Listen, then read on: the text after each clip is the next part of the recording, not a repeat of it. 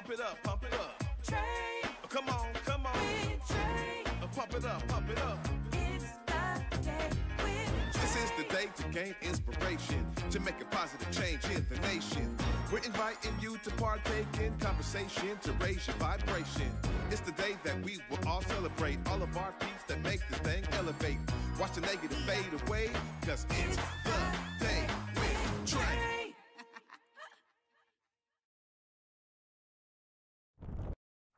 Grand Rising, everyone. Welcome to the Day with Trae. I'm your host, Trae Holiday. I get to welcome you to a terrific Tuesday. Really excited for my guests who are in the building today because we get to cover theater once again this week, and I'm thrilled about it. Y'all know how I get when it comes to theater. First up today, we got Philip Sharp Skills Jacobs in the building. We're going to be talking about his role in A Soldier's Play put on by Acts on Stage. And later on in the show, I get to talk to another cast member. Leon Huggins-Richards is also here. So we're going to be talking all about this phenomenal play, what you can expect when you get your ticket and become a part of the audience, and also how they're bringing their roles to life. So y'all know I'm excited about it. But before I get into it with them, I get to get into it with you because it is, of course, the top of the show. So this is the time for you to share this show right here with folks who you feel could benefit from the daily dose of dopeness we work to give you here on The Day with Trae. And if you can't watch our TV show, we still have you covered, y'all, because you can listen to us anywhere you find your favorite podcast. Just search Converge Media Network and The Day with Trae. You'll find us wherever your favorite platform is. There's so many of them, and I'm so grateful to our podcast team for making sure we're on all of them. Well, up next, we got Philip Sharp Skills Jacobs in the building. I get to talk all about this play with him and a little something extra for y'all as well. What's up, Philip? What's going on, Trae? How you doing, I'm Queen? good. How are you? I'm well. All It's things good to see considered. you again. Likewise. So this is exciting because I didn't know you had this under your belt. Now, I know you're a speaker, you're an author, you are a musician, you are an MC, a rapper. I mean, you do a lot of things. Mm-hmm. And so to know and see that you're going to be in A Soldier's Play, I was like, what? Another thing Philip is pulling out of his hat. Tell us about what got you into acting and how that kind of is an extension of all the other things you're doing. Absolutely. I started acting actually when I was a kid, when I was around 9 or 10 years old, and I was really serious about it. I had acting classes, an agent, the whole nine. And as I got a little older, probably around 13, 14, I fell in love with music. And so acting kind of took a back burner. And I think as I look back when I was younger, maybe I just didn't appreciate what I was into that much, kind of took it for granted, you know? Mm-hmm. So last year I found myself, I think randomly, I might've been like in the shower or something. I was like, God, you know, this would be something I would love to do if the opportunity presented itself. And my man, Jeff Cheatham, hit me with the invite to come and audition for A Soldier's Play. And, you know, we back at it. Wow. You know, what I love is that we have entities like Acts on Stage to open their doors up again to so many of us who want to tap back into that. Like you, I was a young, you know, actress out here doing a bunch of theater, TVs, commercials, all of that. And so I always talk about how this show is such an embodiment of all of the seeds that were planted during that time. Mm-hmm. And I still love it, right? Like I went to Howard for theater, right? Ooh, okay. Because I still see such value in telling the stories. Now, when you think about your role in A Soldier's Play, tell us a bit about that story and how it resonates with you. Absolutely. Well, it was based in the Jim Crow era, segregation, Black troops in the military striving to find their place of acknowledgement and respect and acceptance in the military. And I think it parallels with many ways that we're still fighting that fight today. It might not necessarily be in the military, but I think just throughout society, because so many of our institutions, practically all of American institutions, were founded upon some type of racism. And so we find ourselves in that same struggle, that same battle to be acknowledged as human, to be acknowledged that we matter and that, you know, our stories are supposed to be told. So my character, I actually get to step in the role that Denzel Washington played, which was like, that's crazy for that to be my first role back into acting to try to fill those shoes. But Private First Class Melvin Peterson, who is, you know, a serious guy, you know, but he has hope in his heart about wanting to fight in the military. He plays for the Negro Leagues before he gets there. and he's trying to find his place in the white man's military. And so he goes through a range of different emotions, from experiencing joy with the rest of his team when they're playing baseball, all the way to having to tap in with his dark side because of what these systems can produce. So I find myself relating to Private Melvin Peterson in many ways, where I'm still believing in that joy, looking for that joy, trying to walk in that light. And at the same time, there is some darkness that you have to grapple with. Yeah, when we think about the balance of our lives, no matter what the climate may be, just the balance of our lives, there's always this kind of yin and yang energy happening within us. And that balance becomes so vital, right? Especially as we think about how we show up in the world. Right. And it takes me to the ways that you've been able to grace stages as a speaker, author. Now, as a storyteller, right? Yeah. There's nodes of this story that I'm sure were like, whoa, probably like taking you back. Yeah. How do you see that synergy between like you being able to sit down, write a story as an author, writing works of art that are speaking to specific things, and then plays doing the same thing? Yeah. I think it was just right in line with the work that I've been doing. As you know, I've been involved in racial equity for quite a while now. And this story just complements that in just a different avenue, which is telling that story via theater. Yeah. And this is my first time actually doing theater. A lot of the stuff that I did back in the day was on camera and stuff, things of that nature. But it's just another creative expression to share the plights and the struggle and also the joy that we face as Black Americans, striving for our place in this world and our liberation. Yeah. I mean, it's one of those things that I think what I love is when, we always see art reflecting the times. And even when we have, period pieces, like something like this that goes back in time, there are so many, unfortunately, consistencies that we see over time. When you talk about folks still struggling and fighting those battles even now in Black communities and global majority communities all over the world, you start to understand there are these similarities that there's characteristics of injustice that is happening everywhere. So I really appreciate you sharing that. But, this is also a part of the cast. I always love to ask about connecting with the other cast members. Now being in theater is like a group work. Right? And especially when this goes live and you're getting that feedback from the audience. That's what I just adore about live performance. But tell us a bit about how it's been to kind of bond with the others in the cast. It's been fantastic.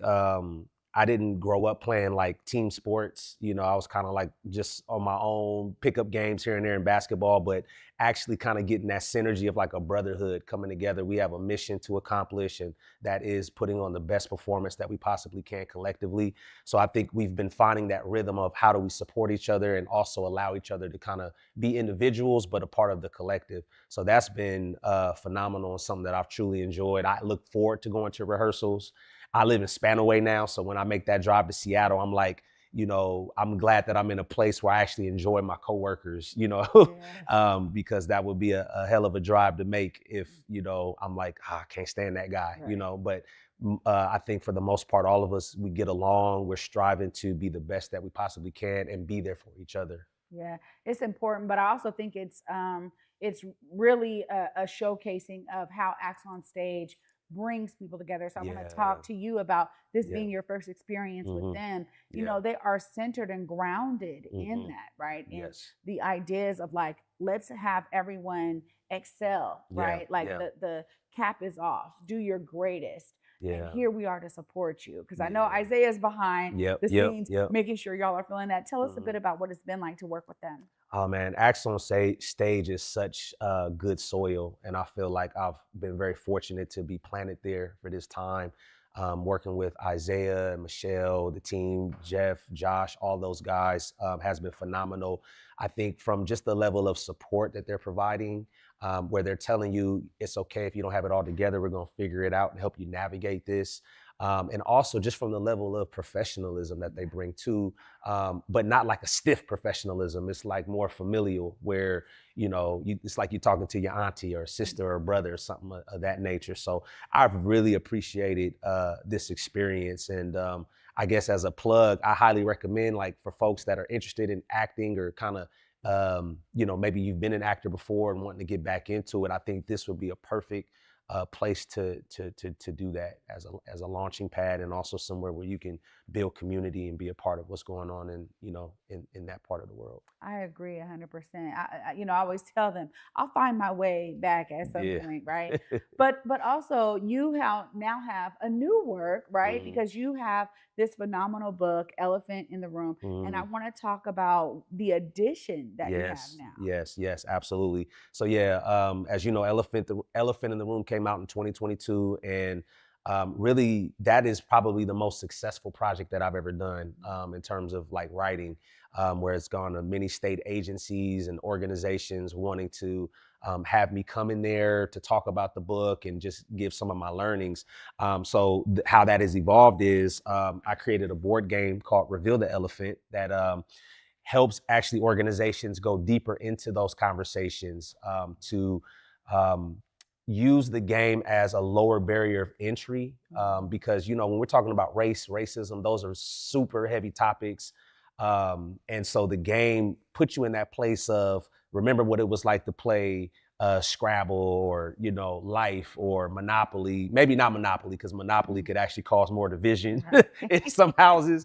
But I thought about the gaming aspect of it takes you out of the hot seat and it allows you to more so look at coming at it from a different perspective and going deeper with some of your colleagues and people that where I might not just come to you and be like, Trae, when have you experienced racism, or what does it feel like to be a Black woman? But in the game, we can explore those conversations because it's based off of prompts and questions and making progress together. Well, this is a great addition. Of course, I am very familiar with that book, and it's interesting too because I think for me, in my day job, understanding that race and anti-blackness for me, I bring that from the community perspective, but bringing that into a state service, or even when I was in corporate and being a part of DEI councils and groups in corporate America, there's always this need to like have it be palatable for everyone. Yep. And so I really appreciate this because it's not only getting to the heart of the issue, because you got to do that, right? Yes. Like the uncomfortability is part of it, but I appreciate that you're giving folks a tier step. So thank you for bringing that game out Absolutely. as well. Thank you. Of course, if people are trying to connect with you, Yeah. maybe want to get the game or want to Absolutely. follow you, I know Yeah. we can go to axonstage.com for the Yep. tickets, but look right here, let them know how they connect with you. Absolutely. I'm on all socials. You can find me at The Sharp Skills, spelled correctly. I went to college, so I take pride in spelling it without a Z. No shade. But at The Sharp Skills, and then also if you want to get a copy of the game or just connect with me even further about possibly bringing me to your organization, you can go to rebelfirm.com, and all of the information is there about the game and how we can connect further. Right on. Yeah. Well, I can't wait to see you on stage. Absolutely. Thank you. Yeah, thanks for joining me. My pleasure. Thank you. Wow, y'all. What a great way to kick off this episode. We get to continue this because up next, we got Leon Huggins-Richards in the building. We're going to continue this conversation and learn more about A Soldier's Play. Stay tuned. You're watching The Day with Trae.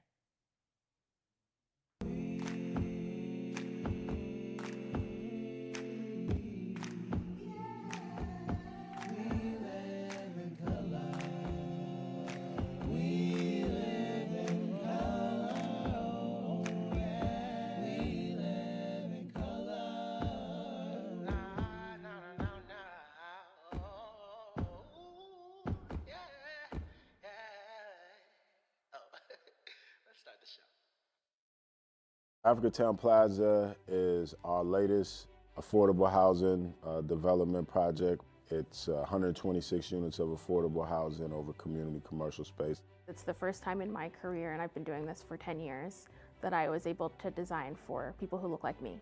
Africatown Plaza is a beacon of hope. Africatown Plaza is a love letter to the community.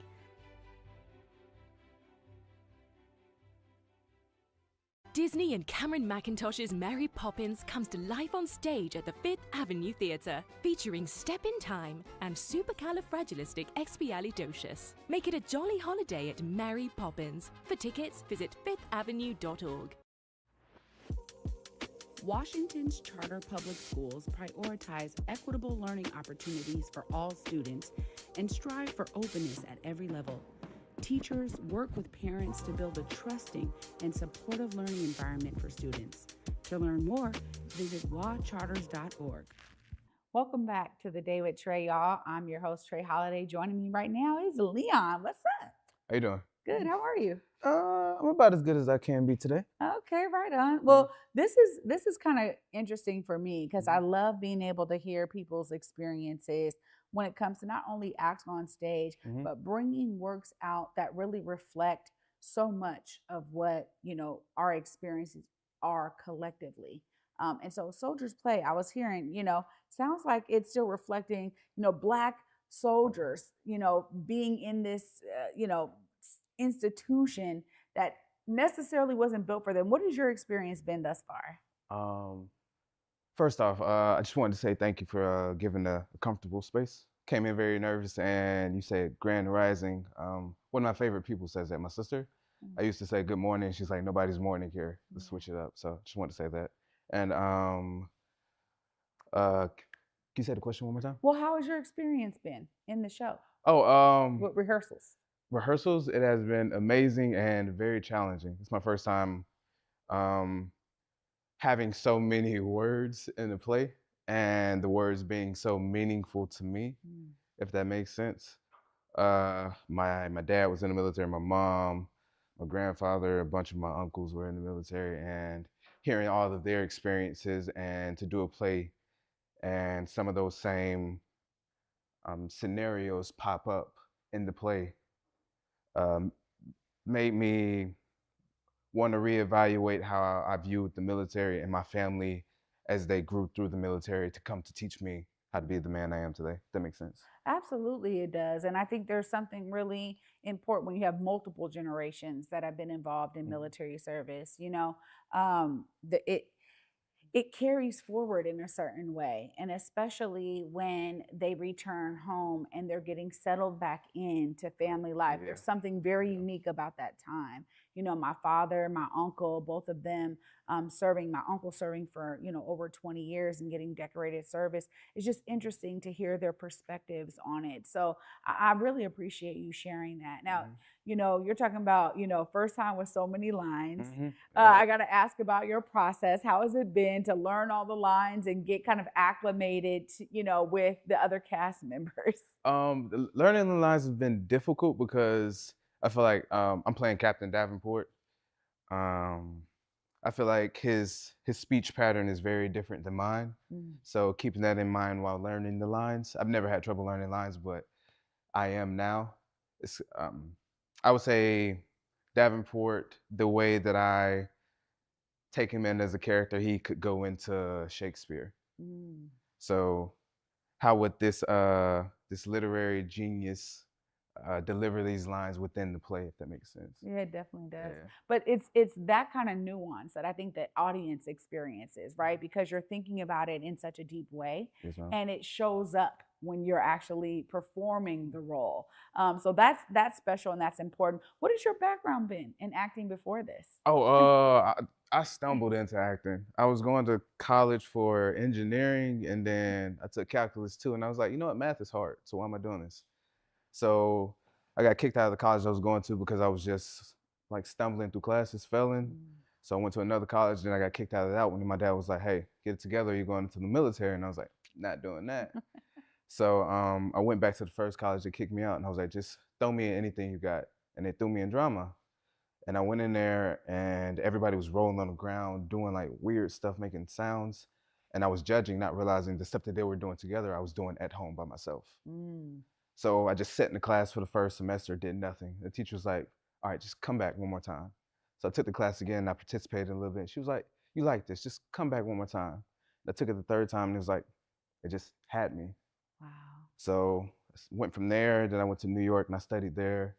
COVID brought me back I guess you can say, home. Mhm. Yeah, here. And I've just been figuring it out as I've been going. Well, so I really am intrigued by how you stumbled upon this opportunity, you know, to audition, to be in this play. Tell us about that journey a little bit. Oh, honestly, my dad found it. Wow. Yeah, he's linked to Jeff, and Jeff put it on his link tree. My dad found it, sent it to me, and I was like, I might do it because I've had experiences with art houses that aren't like the big ones that weren't great. So I was like, I don't know if I want to do it. My dad was like, I think you should. He was like, how about this? I just drive up with you to the audition. And I was like, all right. So I went to the audition and I met Jeff and Mr. Isaiah. And just from talking to them, not even like the audition process, I was like, I gotta do this play. Wow. So. You know, I love that because to me, therein lies the very difference between, you know, a theater house and a production house that's really centered on the experiences that they are giving folks who come and bring their talent to it versus, you know, maybe sometimes be a little colder, you know, Philip talked about it being familial. And I really appreciate that because it's something I experience with them as well. You know, my son's in the Teen Summer Musical, so I get that kind of tertiary experience, but even just knowing them over the years, you know, they care about this and you feel it. So I love hearing you say that. Yeah. And I'm grateful that you decided to do it. Yeah, it was another thing because I came into the audition. It was my first time being in an audition room, and it was just Black men in the room, like Black people, period. And I was talking to them, and then the cast is all Black because I live down in Olympia, and the demographic is mostly white. So I don't know as much about the arts theater, the arts realm up here in Seattle. So to come up here and it's just like nothing but Black people, I was like, this is amazing. This is home. You guys do exist. But, you know, that's just me because I didn't do my research, but I'm coming along. All right. Well, you're coming along well. And Thank you. clearly you have some lived experience with your family that you're pouring into the role. Tell us a little bit about that. How does this role kind of connect to you personally? Or do you find that there are some reflections in you and the character that you're playing? There's a lot of differences and a lot of reflection. First off, I just want to do my family proud, especially my dad's coming to it. He's in the military, so it's like, got to be there at all times, you know, because he's going to be watching. And I don't want to say he's judgmental, but he's like, do this because I know you can.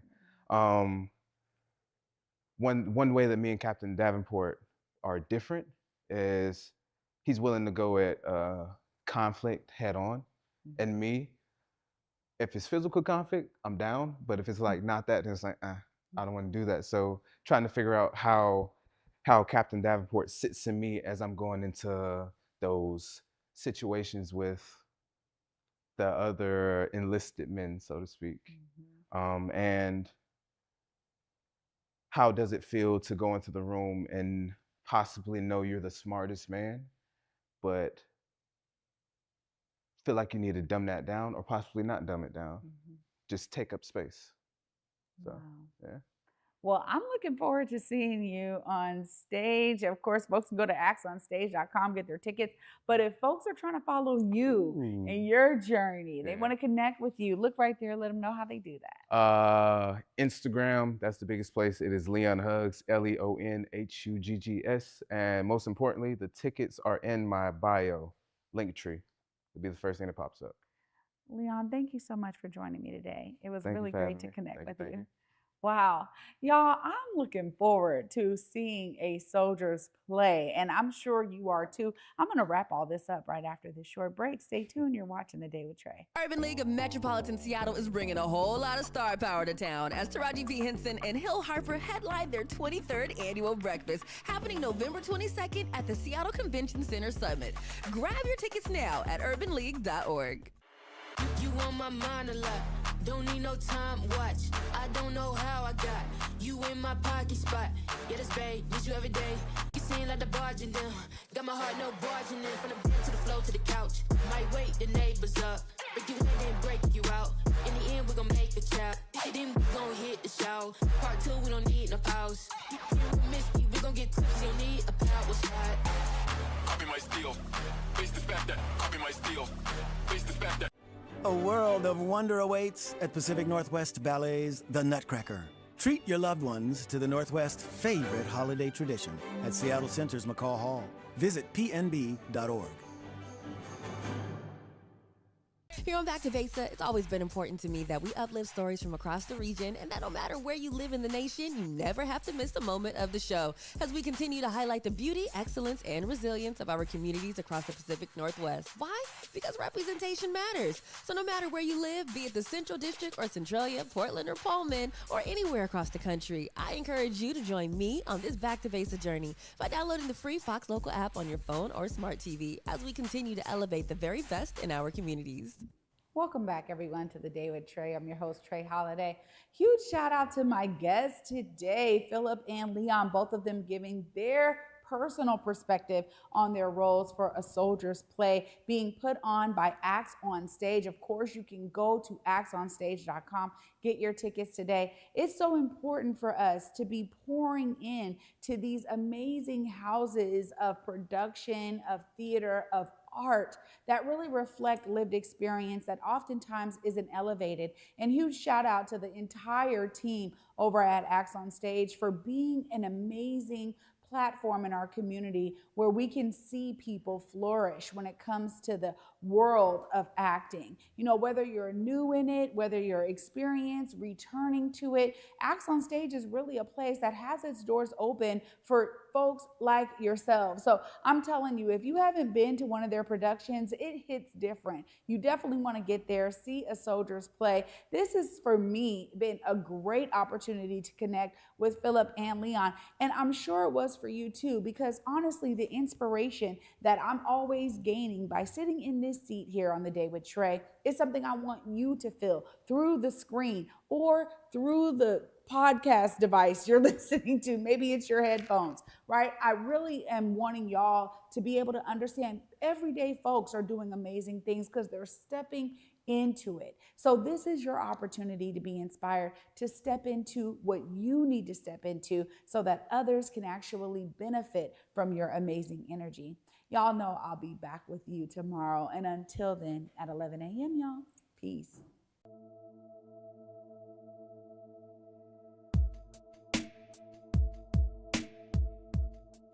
Converge Media produces culturally relevant content for Black and urban audiences. Our coverage is raw, transparent, and objective, praised by community leaders, government officials, and residents. Support Converge Media today via Venmo, Cash App, or PayPal at Converge Media.